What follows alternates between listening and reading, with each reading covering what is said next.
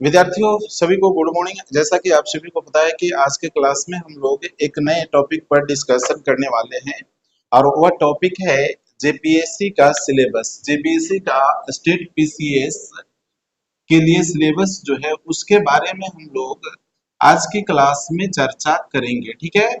और आप सभी को पता है कि आप में से बहुत सारे स्टूडेंट्स जो है अभी अंडर ग्रेजुएट हैं, फिर भी आप लोगों का मकसद है कि आगे चल करके आप जब भी ग्रेजुएशन को कंप्लीट करें तो जेपीएससी के एग्जाम में बैठे, यानी कि स्टेट पीसीएस जो है उसके एग्जाम में बैठे।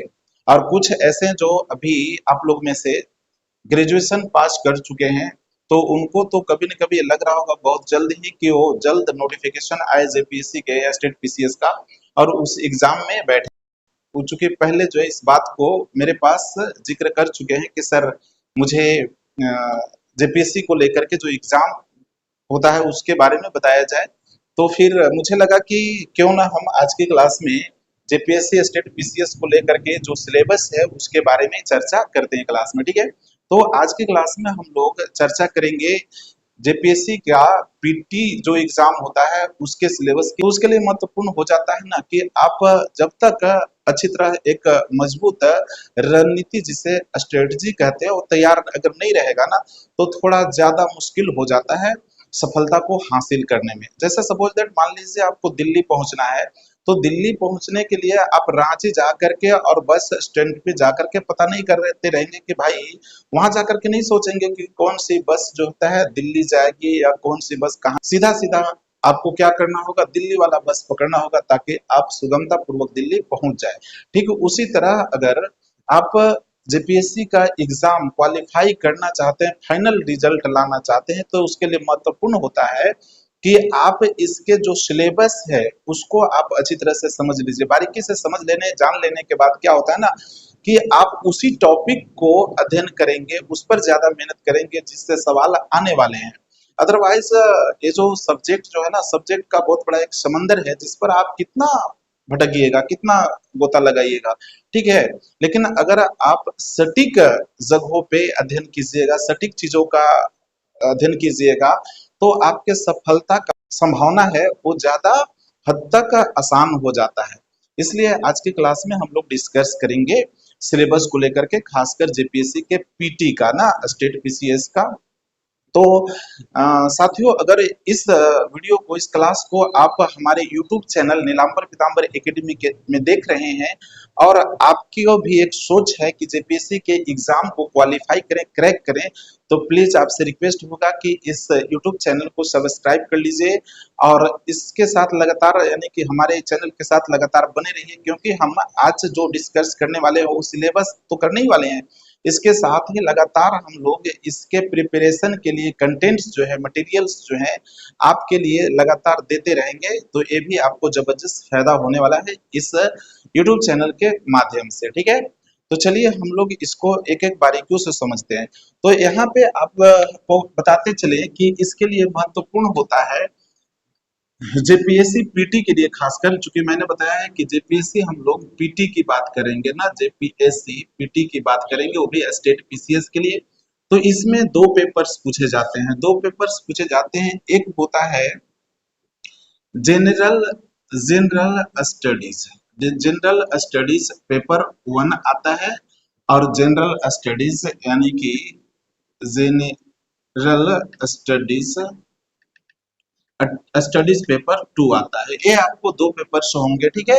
और दोनों में 100 क्वेश्चंस होंगे, यानी कि 100 नंबर ऑफ क्वेश्चंस होंगे और प्रत्येक क्वेश्चन 2 नंबर का होगा, इक्वल टू 200 मार्क्स आपको प्राप्त होंगे, ठीक है। दोनों में ऐसे ही प्राप्त होगा। और बड़ी बात यह भी है कि यहाँ पे कोई नेगेटिव मार्क्स नहीं है, नेगेटिव मार्क्स नहीं है। और पूरे आपके लिए जो एक एक पेपर का समय मिलेगा, ड्यूरेशन मिलेगा ना, वो 2-2 घंटा का आपको समय मिलेगा। यानी कि टोटल क्वेश्चन जो है पीटी के लिए 200 क्वेश्चन होते हैं, पूरे 400 मार्क्स का होता है, ठीक है। प्रत्येक क्वेश्चन 2 मार्क का होता है, नेगेटिव मार्क नहीं है, ठीक है। और साथ ही आपको 2-2 घंटा, एक पेपर का 2 घंटा का वक्त मिलता है।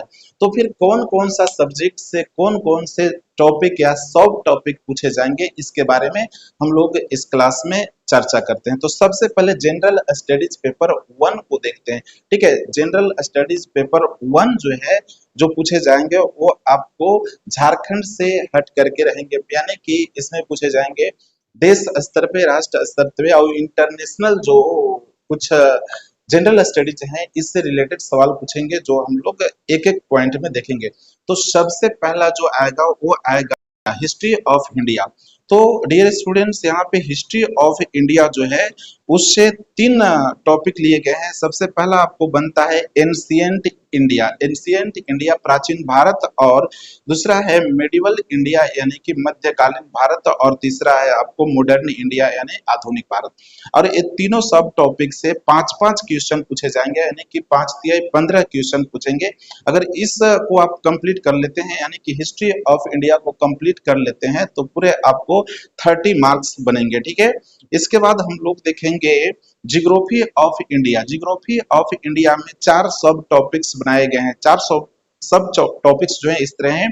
जनरल ज्योग्राफी है, जनरल ज्योग्राफी से 3 क्वेश्चन पूछे जाएंगे। सेकंड है फिजिकल ज्योग्राफी, इससे भी 3 क्वेश्चन होंगे।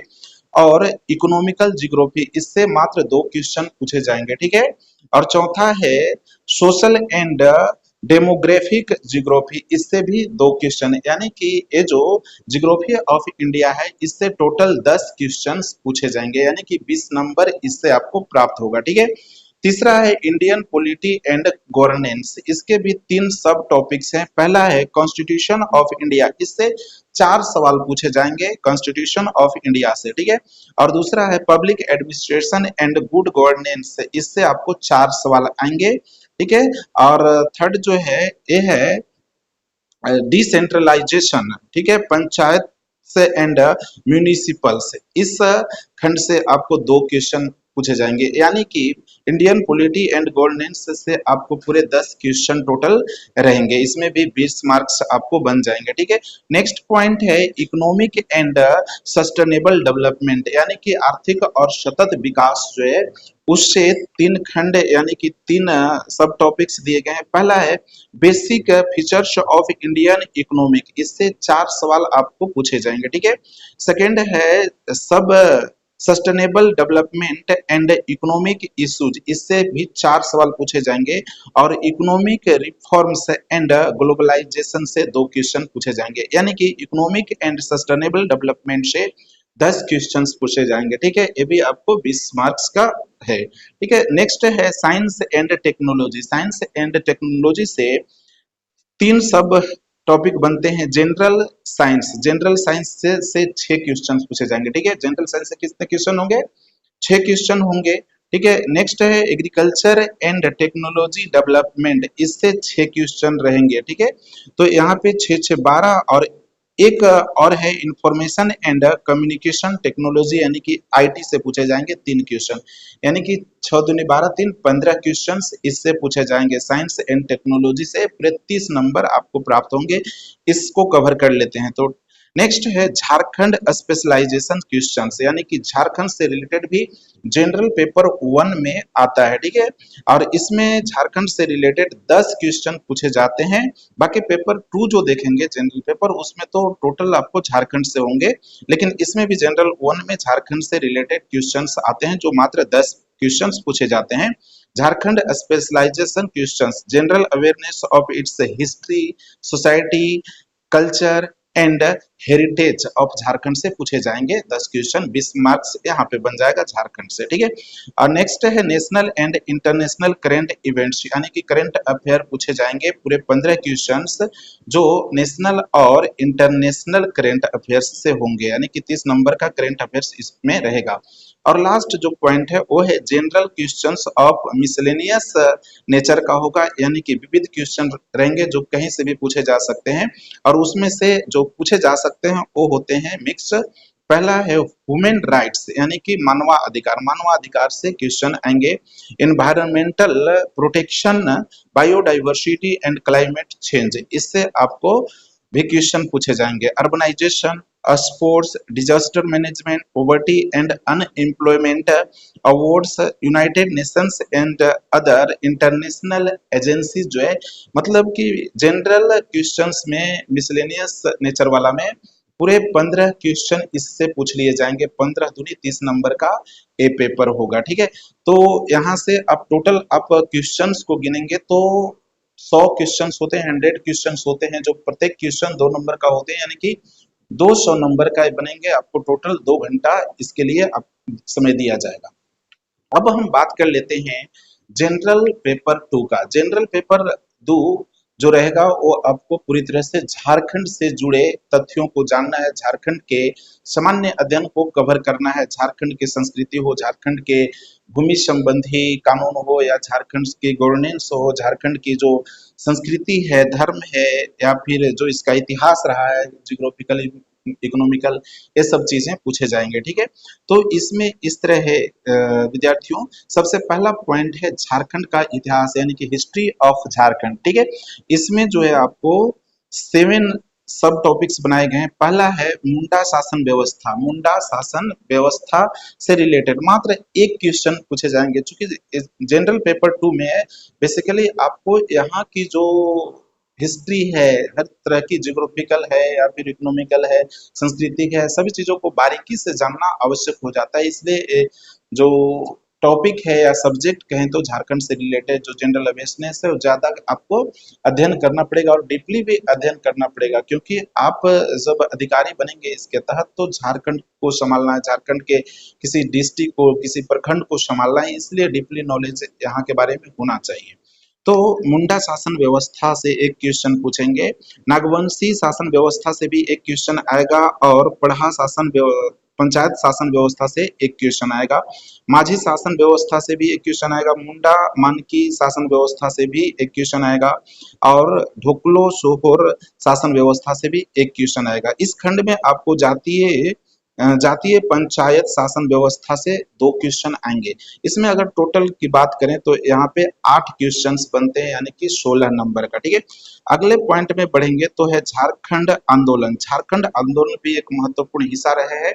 पूरे भारत की आजादी की लड़ाई में भी झारखंड का जो है ना भूमि, आंदोलन की भूमि रहा है, और ये केवल आजादी की लड़ाई के लिए नहीं बल्कि यहाँ जो है साहूकार और जो अंग्रेजों ने जो अत्याचार ढाया था, शोषण ढाया था, उसके विरुद्ध जो है लड़ाइयां लड़ी गई थी, आदिवासियों के द्वारा कई आंदोलन किए गए थे, उसके बारे में अध्ययन करना है। तो इसमें देख लेते हैं, इसमें आपका है झारखंड के सदान। झारखंड के सदान से भी एक क्वेश्चन पूछेंगे, झारखंड के आदिवासी से भी एक क्वेश्चन पूछेंगे, झारखंड के स्वतंत्रता सेनानी, इससे भी एक क्वेश्चन पूछेंगे, झारखंड के विभूति जो है उससे 2 क्वेश्चन पूछे जाएंगे, झारखंड आंदोलन एवं राज्य गठन से 2 क्वेश्चन पूछे जाएंगे, यानी कि इससे आपको 7 क्वेश्चन पूछे जाएंगे, 14 नंबर के होंगे। अगला पॉइंट है झारखंड की विशिष्ट पहचान। झारखंड की एक विशिष्ट पहचान है, उसके लेकर के पूछे जाएंगे सवाल। इसमें 5 सब टॉपिक्स दिए गए। झारखंड की सामाजिक स्थिति, झारखंड की सामाजिक स्थिति से एक क्वेश्चन पूछे जाएंगे, झारखंड की सांस्कृतिक स्थिति से भी एक क्वेश्चन पूछे जाएंगे, झारखंड की राजनीतिक स्थिति एक क्वेश्चन पूछे जाएंगे, झारखंड की आर्थिक स्थिति से भी एक क्वेश्चन, और झारखंड की धार्मिक विशिष्टता जो है एवं पहचान से भी एक क्वेश्चन होंगे। यानी कि इससे झारखंड की विशिष्ट पहचान से आपको पूरे 5 क्वेश्चन पूछे जाएंगे 10 नंबर के लिए, ठीक है। नेक्स्ट है आपका झारखंड का लोक साहित्य, नृत्य, संगीत, वाद्य, दार्शनिक स्थल एवं आदिवासी संस्कृति से जुड़े 5 क्वेश्चन आपको मिलेगा, ठीक है। 5 क्वेश्चन में पहला जो है आपको लोक साहित्य से एक क्वेश्चन होगा, पारंपरिक कला एवं लोक नृत्य से एक क्वेश्चन होगा, लोक संगीत एवं वाद्य से एक क्वेश्चन होगा, ठीक है। दर्शनीय स्थल, प्राकृतिक, पुरातात्विक, ऐतिहासिक, धार्मिक एवं आधुनिक स्थल से एक क्वेश्चन पूछा जाएगा, ठीक है। और आदिवासी जाति, प्रजाति एवं विशेषताएं से रिलेटेड एक क्वेश्चन पूछे जाएंगे। यहाँ से मैंने बोला कि 5 क्वेश्चन जो पूरे 10 नंबर का होगा, ठीक है। अगला है आपका झारखंडी साहित्य और साहित्यकार से जुड़े हुए 5 क्वेश्चन पूछे जाएंगे। झारखंडी साहित्य एवं साहित्यकार से जो 5 क्वेश्चन होंगे, पूरे एक क्वेश्चन 2 नंबर का, तो 10 नंबर झारखंडी साहित्य और साहित्यकार से जुड़े हो जाएंगे, ठीक है। अगला पॉइंट है झारखंड के प्रमुख शिक्षण संस्थान और प्रमुख शिक्षण संस्थान से जो क्वेश्चन आएंगे, पूरे 3 नंबर का 3 क्वेश्चन आएंगे, 3 क्वेश्चन 6 नंबर देंगे, ठीक है। इसको अगर झारखंड के प्रमुख शिक्षण संस्थान से रिलेटेड बातें याद कर लेते हैं तो आपको 6 नंबर यहाँ से बन जाएगा। ठीक है, झारखंड के खेल कूद से रिलेटेड आपको 5 क्वेश्चन बनेंगे। ठीक है, 10 नंबर का। और अगला है झारखंड के भूमि संबंधी कानून। भूमि संबंधी कानून जो है झारखंड में दो जो है ना महत्वपूर्ण रहा है, जिसे अध्ययन करना ही करना चाहिए। अगर आप जेपीएससी की प्रिपरेशन कर रहे हैं तो गहराई से अध्ययन कर लेना चाहिए। वो है छोटानागपुर काश्तकारी अधिनियम यानी कि CNT। इससे 5 सवाल पूछे जाएंगे। ठीक है, और अगला है संथाल परगना काश्तकारी अधिनियम, जिसको SPT बोला जाता है।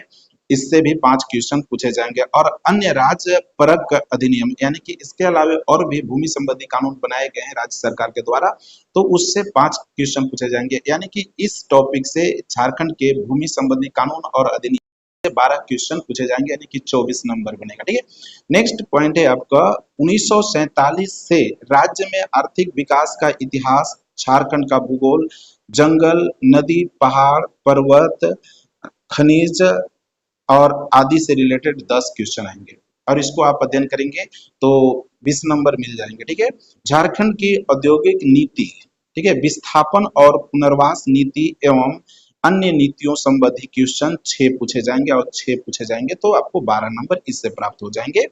झारखंड के प्रमुख उद्योग का नाम और स्थान तथा औद्योगिक विकास कैसे हुआ उसका इतिहास, इसके बारे में अध्ययन करना है आपको और इससे 5 क्वेश्चन पूछे जाएंगे, यानी कि 10 नंबर का सवाल आएंगे। ठीक है, झारखंड की प्रमुख योजनाएं एवं उप योजनाओं से संबंधित 5 क्वेश्चन होंगे 10 नंबर का, इसको कवर करेंगे। झारखंड में जंगल प्रबंधन एवं वन्य जीव जंतु संरक्षण कार्य से रिलेटेड 5 प्रश्न पूछे जाएंगे, यानी कि 10 नंबर इससे आएंगे। इस टॉपिक को भी महत्वपूर्ण आप प्राथमिकता दीजिएगा। झारखंड राज्य के पर्यावरण संबंधी तथ्य तथ्य भी रहेंगे। पर्यावरण परिवर्तन एवं उसके अपशमन एवं अनुकूलन संबंधी विषय भी पूछे जाएंगे। इससे देखिए 7 प्रश्न पूछे जाएंगे। ठीक है, यानी कि 14 नंबर का। झारखंड में आपदा प्रबंधन, झारखंड में आपदा प्रबंधन यानी कि आपको डिजास्टर मैनेजमेंट इन झारखंड जो है 5 सवाल होंगे 10 नंबर का। और लास्ट जो होगा पेपर 2 का वो है झारखंड से संबंधित विविध तथ्य एवं समसामयिक जो घटनाएं होते हैं, करंट अफेयर्स होंगे, उससे भी 7 क्वेश्चन पूछेंगे। इसमें आपको जो सरकारी योजनाएं होती है इस तरह की उसको आपको बारीकी से समझना होगा। इससे 7 नंबर यानी कि 14 नंबर बनेंगे। तो ये टोटल जो है ना पीटी के लिए आपका सिलेबस बताया गया।